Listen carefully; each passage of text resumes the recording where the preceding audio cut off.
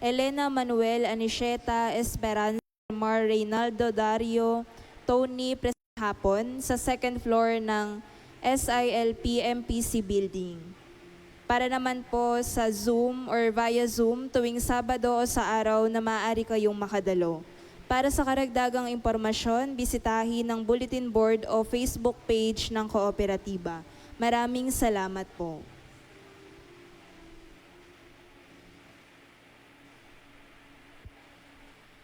Tayo po ngayon ay nasa ika-27 linggo sa karaniwang panahon, Linggo ng Pondo ng Pinoy. Kung maging sinlaki man ng butil ng mustasa ang inyong pananalig sa Diyos, masasabi ninyo sa puno ng sikomorong ito, mabunot ka at matanim sa dagat, at tatalima ito sa inyo. Sama-sama ipakita natin na ang pag-ibig ay mas malakas kaysa sa kamatayan sa pamamagitan ng ating pananampalataya. Sa liturhiya, sa bawat pagdiriwang ng misa tuwing linggo at dakilang kapistahan, ipinahahayag natin ang ating pananampalataya bilang mga Kristiyano. Sa turo ng simbahan, kahit ngayon ng pagkapuot ay tila baga nanunuot sa bawat bahagi ng buhay, subalit ang mga matatapang na lalaki at babaeng Kristiyano, mga lingkod ng Ebanghelyo, ay ipinakikita na ang pag-ibig ay mas malakas kaysa sa kamatayan sa pamamagitan ng kanilang katapatan sa pananampalataya.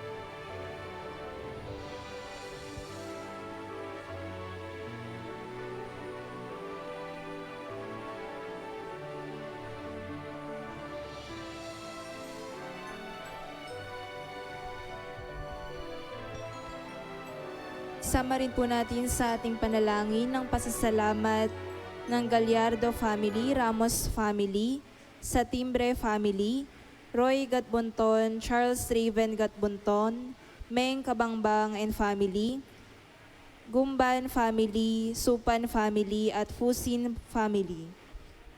Para rin po sa maagang paggaling nina Leonardo Fusin, Alejandro Ramos at Esme Torres. Para rin po sa nagdiriwang ng kanilang kaarawan na sina Christian George Gallardo at Nathaniel Nadal.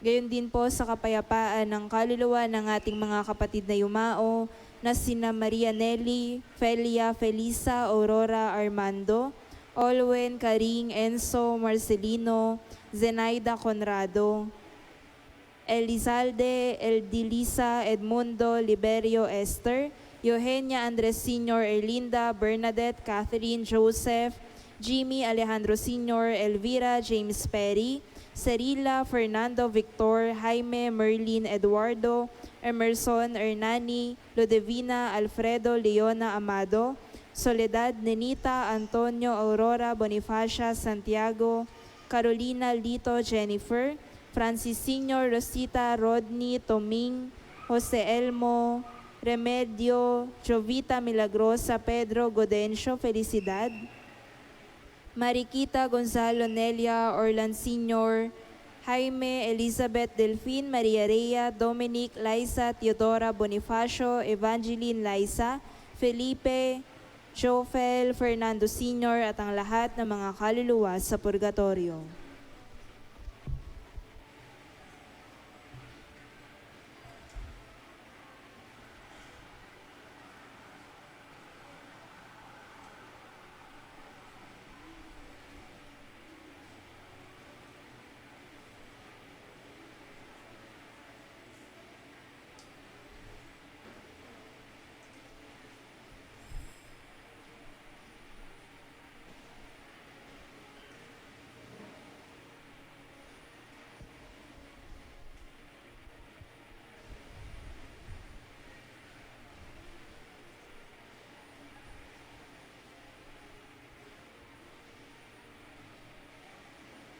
Para rin po sa pasasalamat ni Anya Lairine Marigay May family, sa kapayapaan ng kaluluwa ni na Expedito, Amelita, Quintina, Ignacio, Maria, Teodorico Sr., Remedios, Rosemary, Marcos, Romeo at ang lahat ng mga kaluluwa sa purgatorio.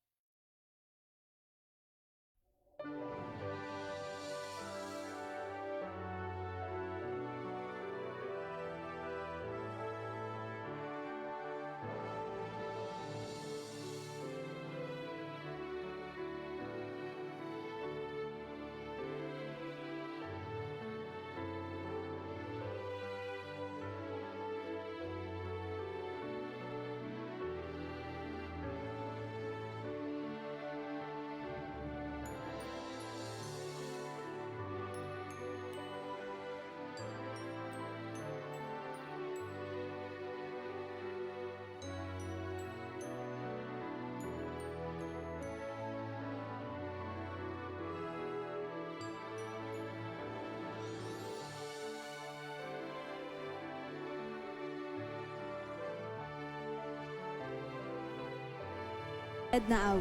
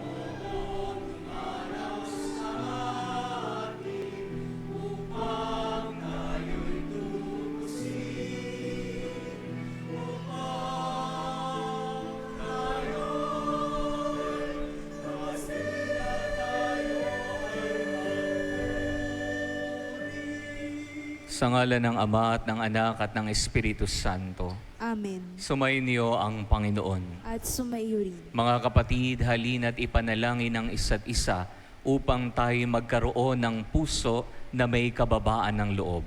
At upang maging marapat tayong gumanap sa banal na pagdiriwang, aminin natin ang ating mga kasalanan.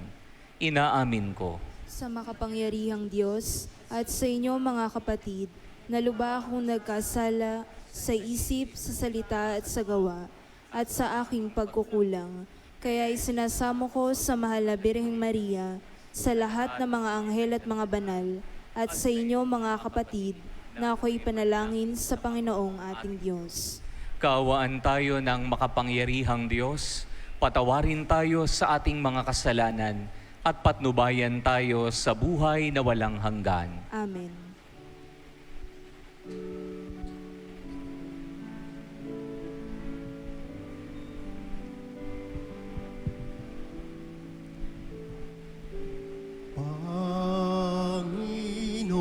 Panginoon, kaawaan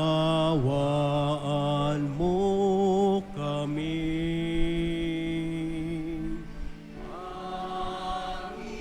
Panginoon, kaawaan mo kami. Kristo, kaawaan mo kami. Kristo, kaawaan mo kami.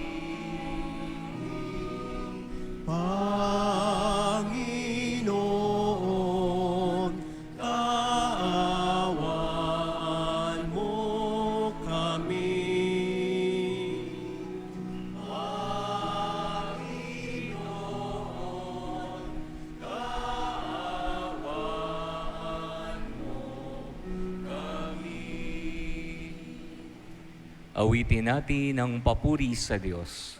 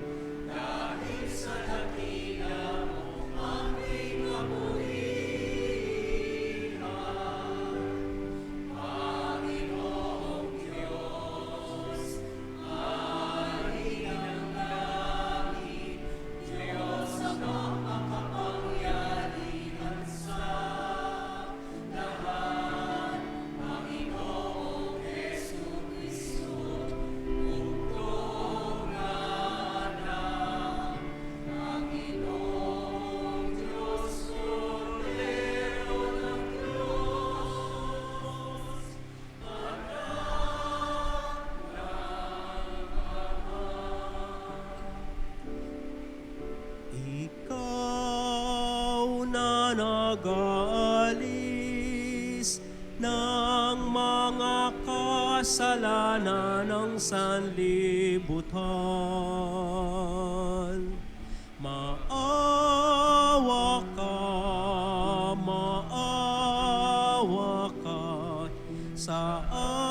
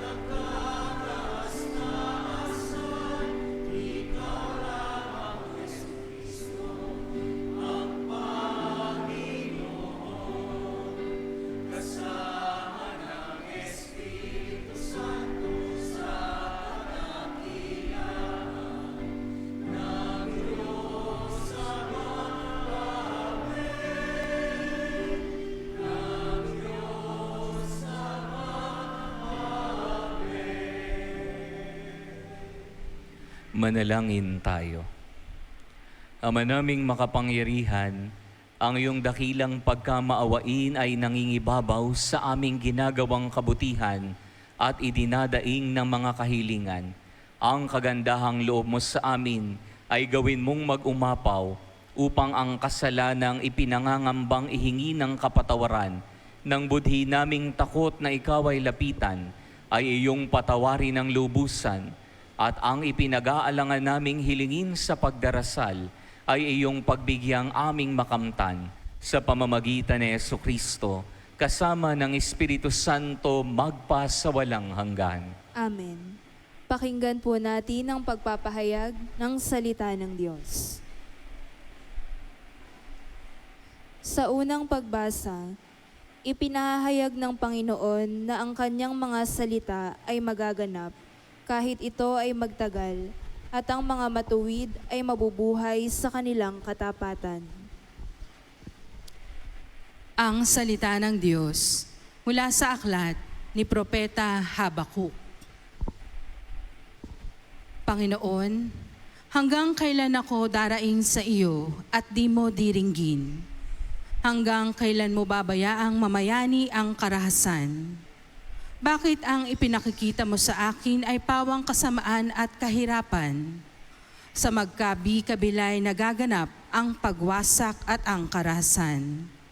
Laganap ang hidwaan at pagtatalo. At ito ang tugon ng Panginoon.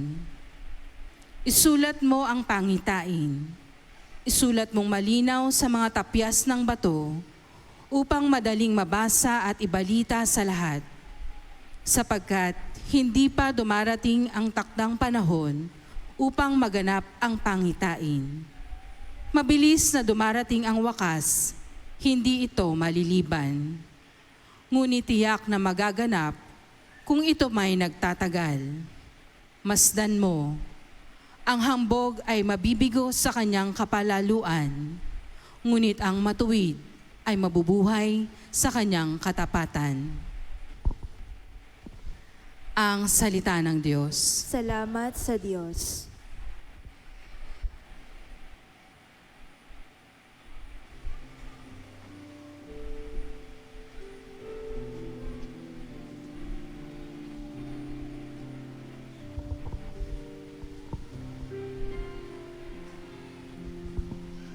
Panginoon, iyong dinggin,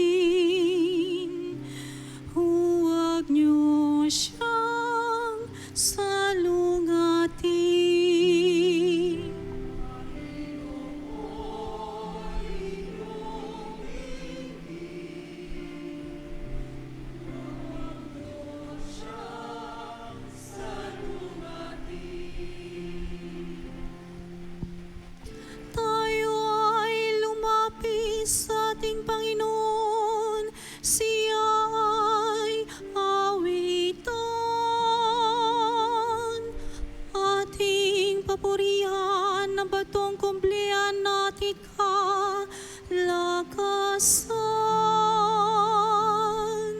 tayo ay lumapit sa kanyang harapan na may pasalamat.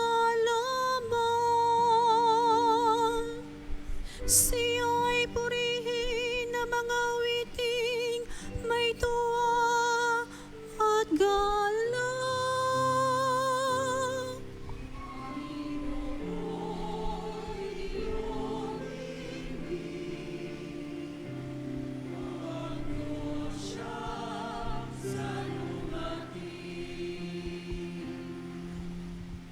Tayo ay lumapit sa kanya'y sumamba at magbigay galang. Lumuhod sa harap nitong Panginoong sa ating lumalang. Siya ang ating Diyos, tayo ay kalinga niyang mga hirang. Mga tupa tayong inalaga.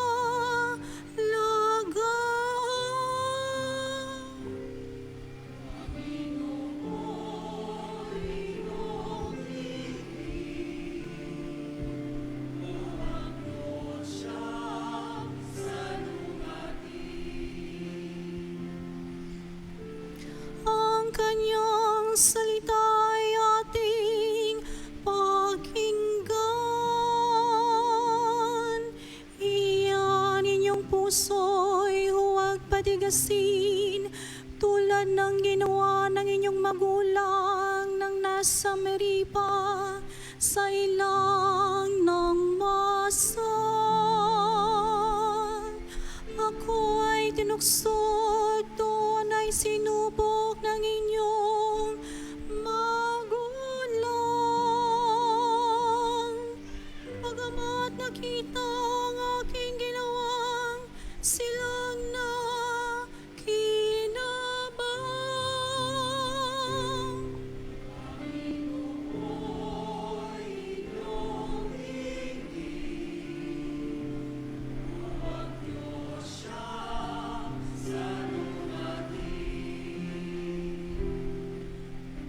Panginoon, iyong dinggin, huwag niyo siyang salungatin.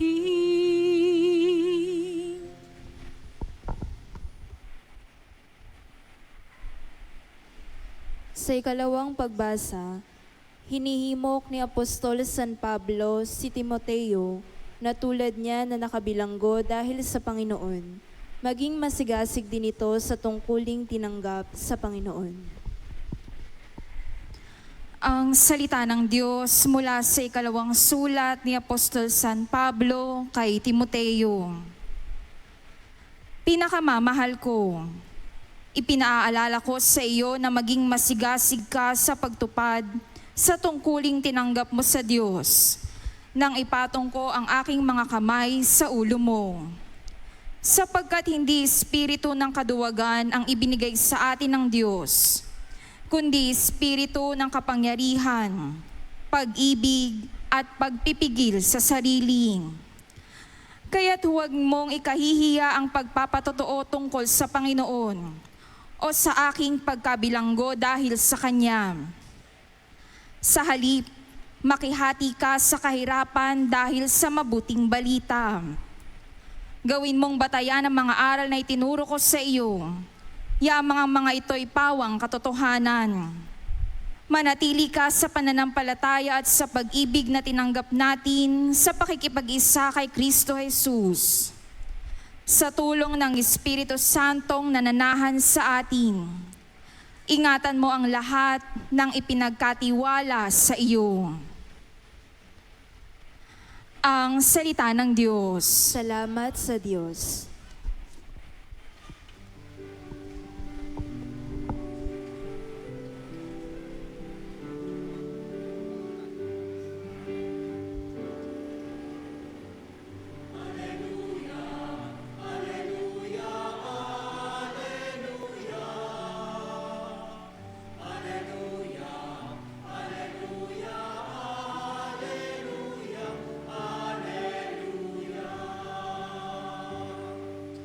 balita sa inyo ngayon, salita ng Panginoong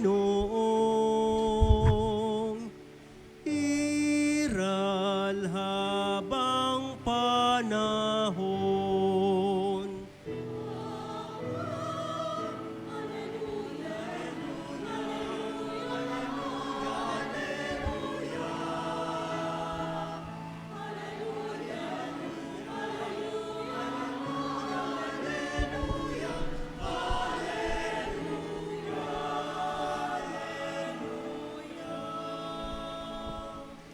Sumainyo ang Panginoon. At sumaiyo rin. Ang mabuting balita ng Panginoon ayon kay San Lucas. Papuri sa iyo, Panginoon. Noong panahong iyon, sinabi ng mga apostol sa Panginoon, dagdagan po ninyo ang aming pananalig sa Diyos. Tumugon ang Panginoon, kung maging sinlaki man lamang ng butil ng mustasa ang inyong pananalig sa Diyos, masasabi ninyo sa puno ng sikomorong ito, mabunot ka at matanim sa dagat, at tatalima ito sa inyo. Palagay nating kayo may aliping nag-aararo o nagpapastol kaya ng tupa. Pagkagaling niya sa bukid, sasabihin ba ninyo sa kanya, halika at nang makakain ka na? Hindi. Sa halipay ganito ang sinasabi ninyo, ipaghanda mo ako ng hapunan, magbihis ka at silbihan mo ako habang ako'y kumakain. Kumain ka pagkakain ko. Pinasasalamatan ba ang alipin dahil sa ginawa niya ang iniutos sa kanya? Gayon din naman kayo. Kapag nagawa ninyo ang lahat ng iniutos sa inyo, sabihin ninyo, kami mga aliping walang kabuluhan, tumupad lamang kami sa aming tungkulin. Ang mabuting balita ng Panginoon. Pinupuri ka namin, Panginoong Hesukristo. Magandang hapon po sa inyong lahat. Tayo po ngayon ay nasa ika-27 linggo sa karaniwang panahon. At ngayon po'y narinig natin sa ating Ibanghelyong binasa ang maigsing kwento na sinabi ng ating Panginoong Hesus patungkol sa isang alipin. Nang isang alipin daw ay dapat sabihin sa kanyang amo, ako'y aliping walang kabuluhan. Tumupad lamang ako sa aking tungkulin. Kung susuriin nating mabuti ang mga katagang ito, marahil babagabag sa ating isipan, nawala na ba ng simpatya o ng amor ang ating Panginoong Hesus sa kanyang kapwa? Bakit ganoon ang kanyang mga sinasabi at ipinapayo? Pero mga kapatid, pinapakita lamang kung ating pagninilayang mabuti na may gustong ipakita ang ating Panginoong Hesus. At ito ang konsepto ng entitlement. Sasabihin mong, ginawa ko naman ang lahat, kaya dapat bigyan mo ko ng pabuya. Karaniwan ganito rin po ang nagiging kaisipan ng karamihan sa atin. We become too entitled in life. Speaking of entitlement, ang entitlement po isa sa mga nakakatakot na pag-uugali ng karamihan sa atin. We become too entitled that we think of ourselves that we deserve something na kailangang mapunta sa atin. Alam nyo, minsan, may nakausap nga po ako madre. Sabi po ng madre, Father, hiyang-hiya po ako sa nangyari po sa akin. Kasi nung nakaraan, nahuli po kami. At yung driver na sinasakyan ko po ay nagsabi sa akin, Sister, pwede po bang manghingi ng tulong? Sabihin ninyo, madre po kayo at nagmamadali lang para hindi po tayo mahuli. At ganun nga po ginawa ko, Father. Pinakita ko po sa nanguhuli yung belo ko, sinabi na ako'y madre at kami nagmamadali lamang. At sumagot po yung nanguhuli. Sabi po ng nanguhuli, ano ngayon kung madre ka? Iglesia ni Cristo ko. Father, nung narinig ko po iyon, ako po'y hiyang-hiya. Nakita ko po sa sarili ko na hindi dapat gamitin yung posisyon para makalamang sa kapwa.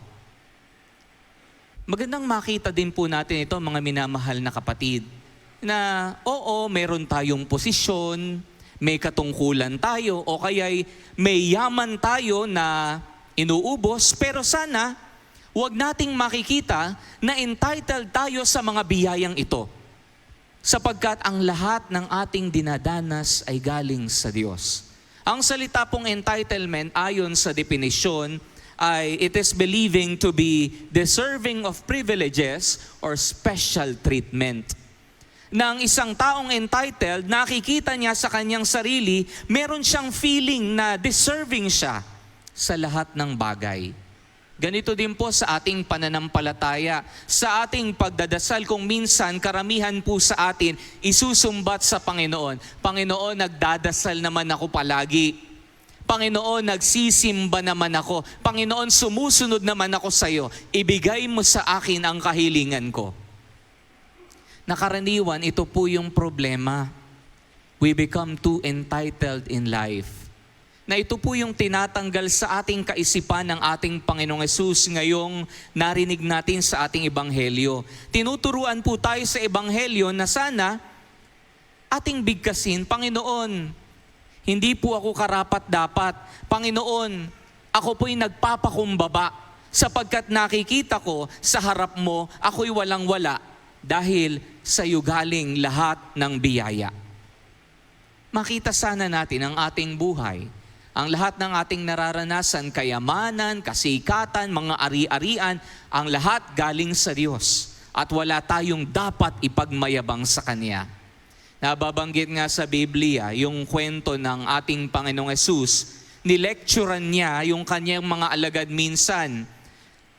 Sinabihan sila ng isang kwento patungkol sa dalawang nagdadasal. Yung isa mayaman, yung isa mahirap.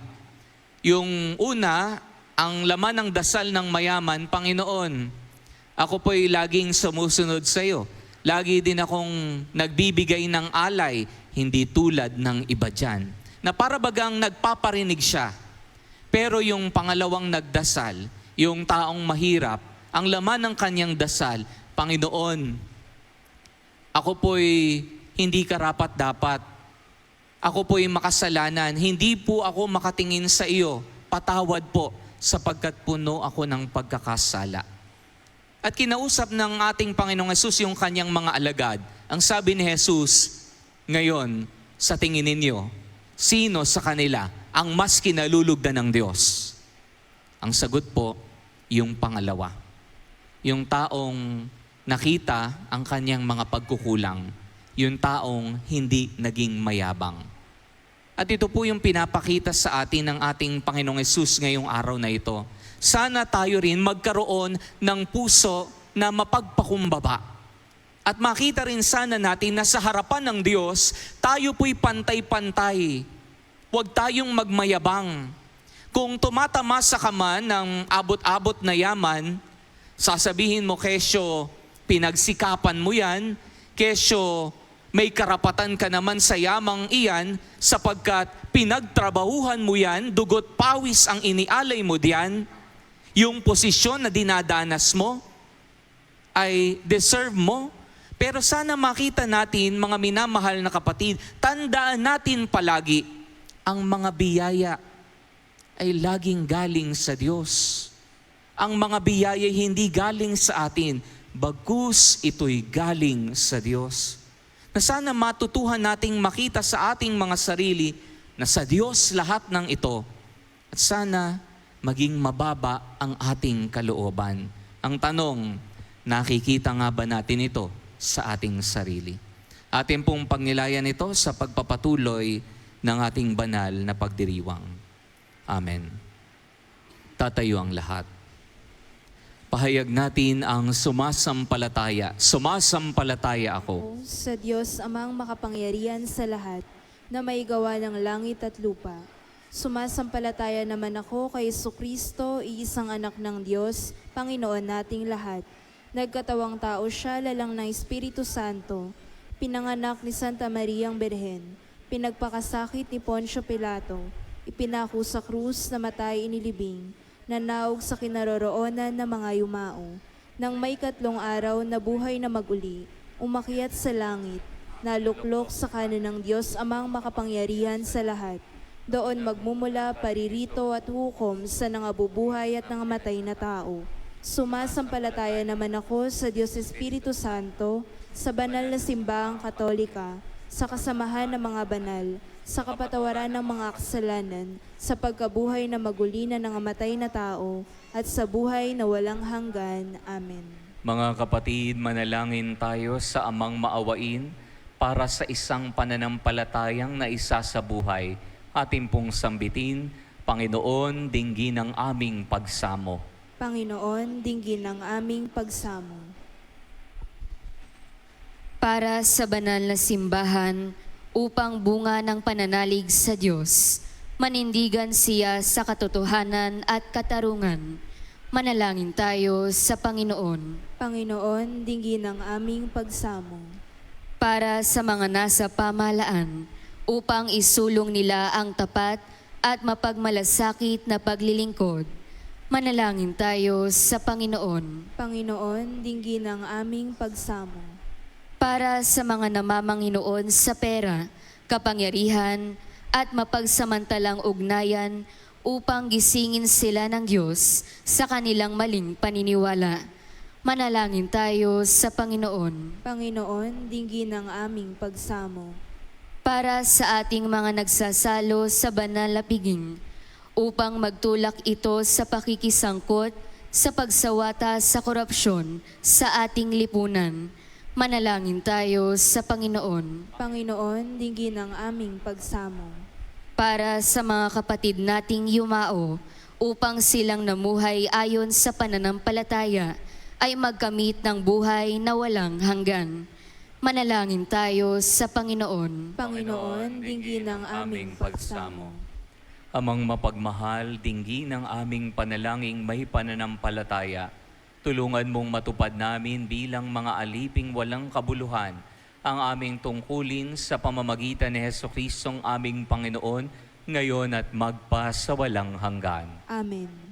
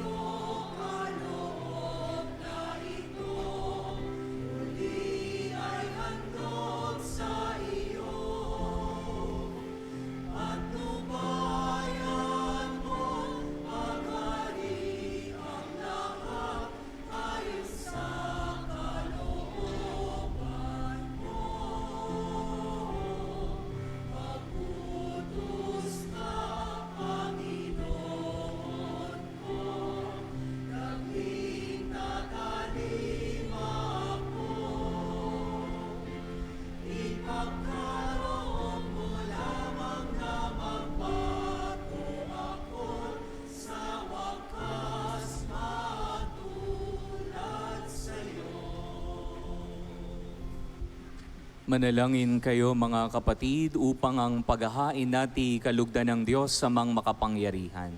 Tanggapin nawa ng Panginoon itong paghahain sa iyong mga kamay sa kapurihan niya at karangalan sa ating kapakinabangan at sa buong sambayanan niyang banal. Ama naming lumikha, tanggapin mo ang paghahain ng mga alay na iyong inihabilin at sa pagdiriwang ng dapat naming ganapin, ang kabanalan ng iyong pagliligtas naway sumaamin sa pamamagitan ni Jesucristo kasama ng Espiritu Santo magpa sa walang hanggan. Amen. Sumainyo ang Panginoon. At sumaiyo rin. Taas sa Diyos ang inyong puso at diwa. Tinaas na namin sa Panginoon. Pasalamatan natin ang Panginoong ating Diyos. Marapat na siya ay pasalamatan. Ama naming makapangyarihan, tunay ngang marapat na ikaw ay aming pasalamatan. Ikaw ang lumikha sa tanan. Ikaw ang nagtakdang magkaroon ng gabi at araw. Gayon din ng tag-init at tag-ulan. Ikaw ang humubog sa tao bilang iyong kawangis na mapagkakatiwala ang mga siwa sa daigdig. Ikaw nga'y pinaglilingkuran sa pagganap sa pananagutan ng iyong pinagtitiwalaan sa pamamagitan ng iyong anak na mahal. Kaya kaisa ng mga anghel na nagsisiawit ng papuri sa iyo, nang walang humpay sa kalangitan kami nagbubunyi sa iyong kadakilaan.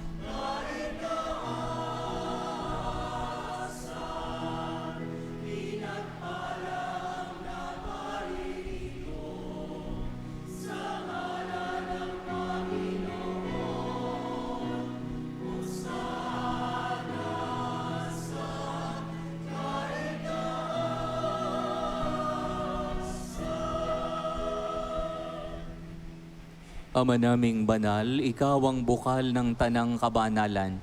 Kaya't sa pamamagitan ng iyong Espiritu, gawin mong banal ang mga kaloob na ito upang para sa amin maging katawan at dugo ng aming Panginoong Hesukristo.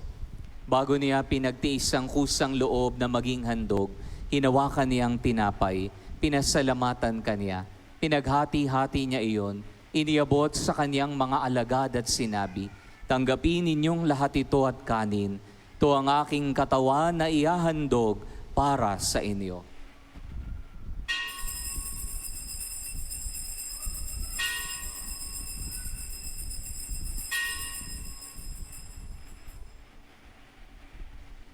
Gayon din naman nung matapos ang hapunan, hinawakan niya ang kalis. Muli kaniyang pinasalamatan. Iniabot niya ang kalis sa kaniyang mga alagad at sinabi, "Tanggapin ninyong lahat ito at inumin.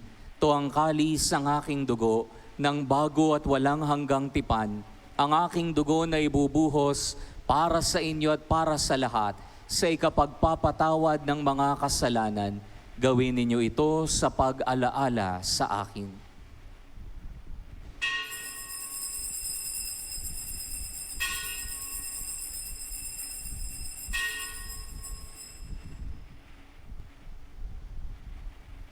Pagbunyi natin ang misteryo ng pananampalataya.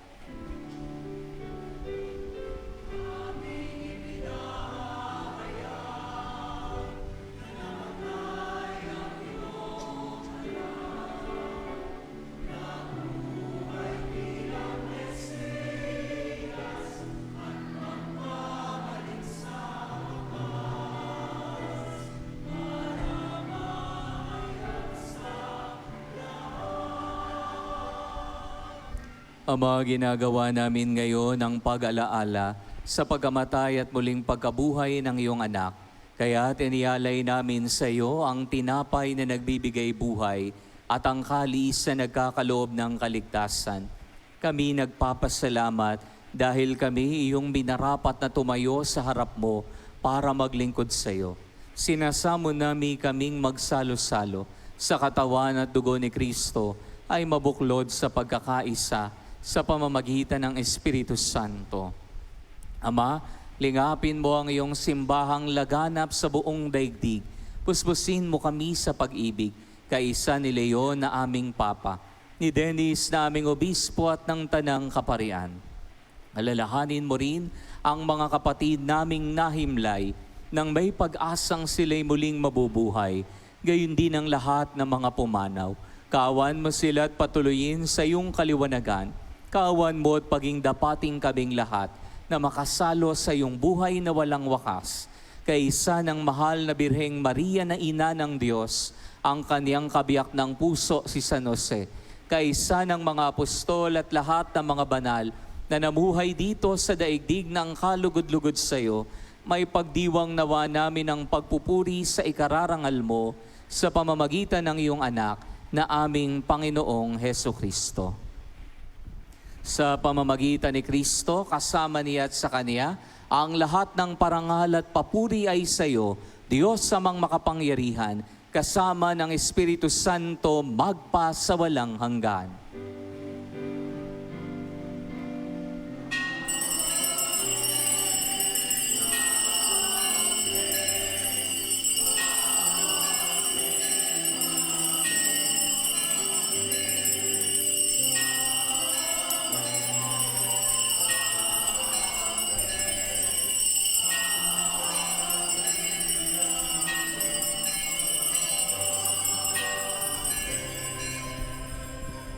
Sa tagubilin po ng mga nakagagaling na utos sa turo ni Jesus sa Panginoon natin at Diyos, pahayag natin ng may lakas loob ang panalangin itinuro sa atin ng ating Panginoon.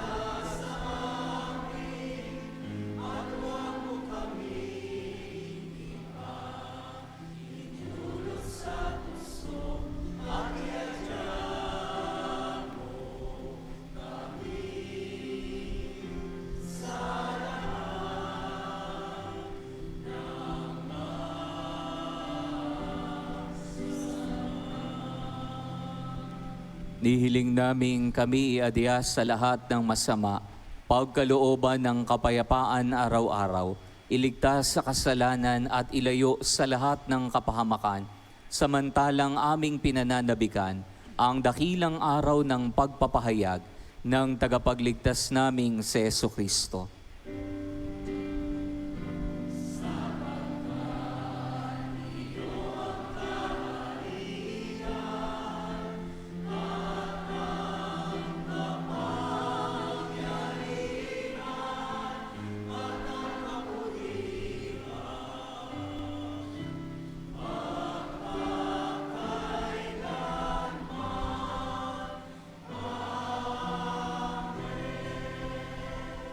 Panginoong Jesucristo, sinabi mo sa iyong mga apostol, kapayapaan ang iniiwan ko sa inyo.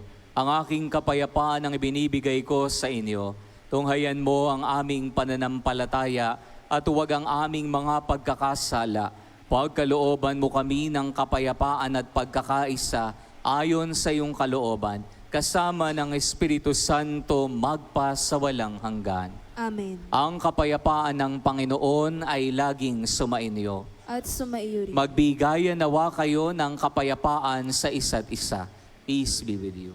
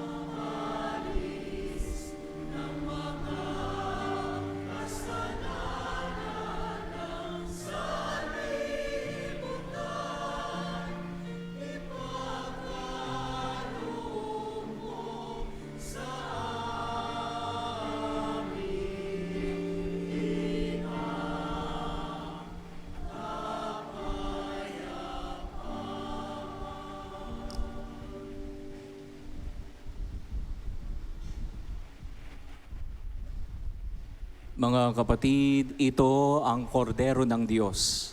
Ito ang nag-aalis sa mga kasalanan ng sanlibutan. Mapapalad tayong inaanyayahan sa kanyang banal na piging. Panginoon, hindi ako karapat-dapat na magpatuloy sa iyo, ngunit sa isang salita mo lamang ay gagaling na ako.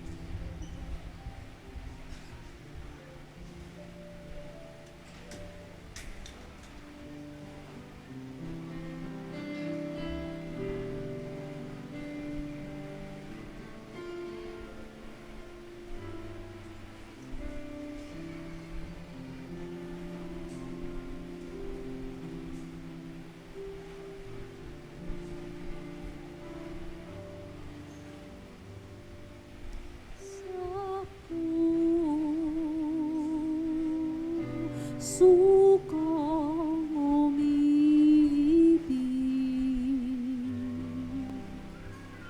walang nananaig, kundi yaong pananalig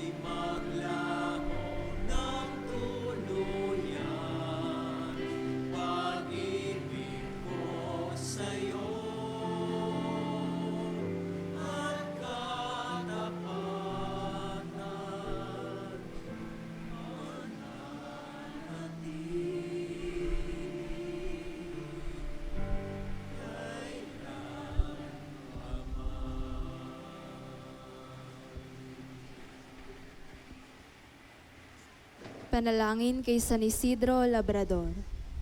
Ama naming makapangyarihan, nagpapasalamat kami sa iyong walang hanggang kabutihan sa katauhan ng aming patron na si San Isidro Labrador. Siya ang aming halimbawa sa buhay kabanalan at tapat na paglilingkod sa iyo.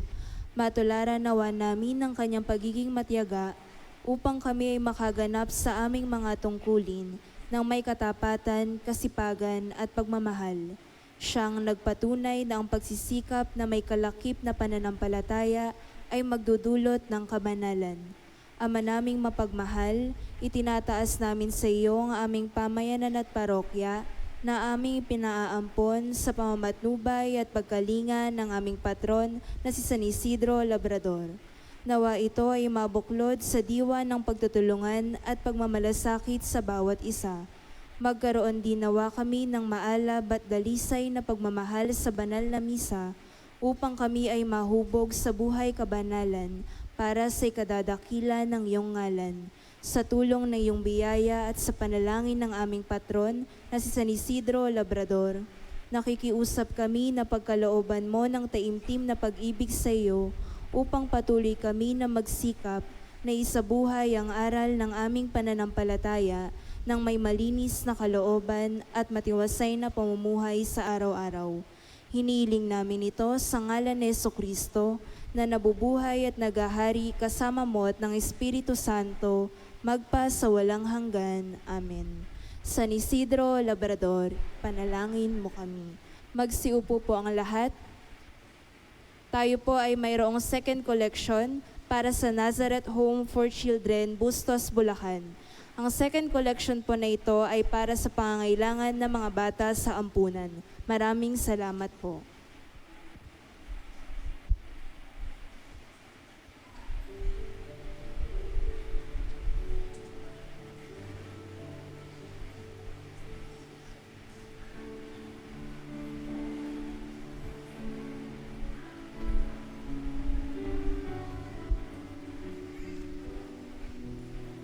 Magandang umaga po sa inyong lahat. Kami po ang mga bata ng Nazareth Home for Children na nasa pangangalaga ng mga madre ng Sisters of the Divine Shepherd na matatagpuan sa 9012 Claro Santos Street, Bunga Minor, Bustos, Bulacan. Kami po ay kumakatok sa inyong mga puso upang humingi ng tulong at suporta para po sa aming pag-aaral. Ang inyo pong maibibigay ay malaki na po ang maitutulong para po sa araw-araw na pangangailangan. Diyos na po nawa ang magbalik sa inyo ng mga biyaya at pagpapala, siksik, liglig at umaapaw. At sa ngalan po ng Nazareth Home for Children Foundation Incorporation, ay lubos po kami nagpapasalamat kay Reverend Monsignor Vergara sa kanya pong pagpapaunlak na makapag-second collection sa inyo pong parokya. Muli, isang magandang hapon po at maraming salamat po sa inyong lahat.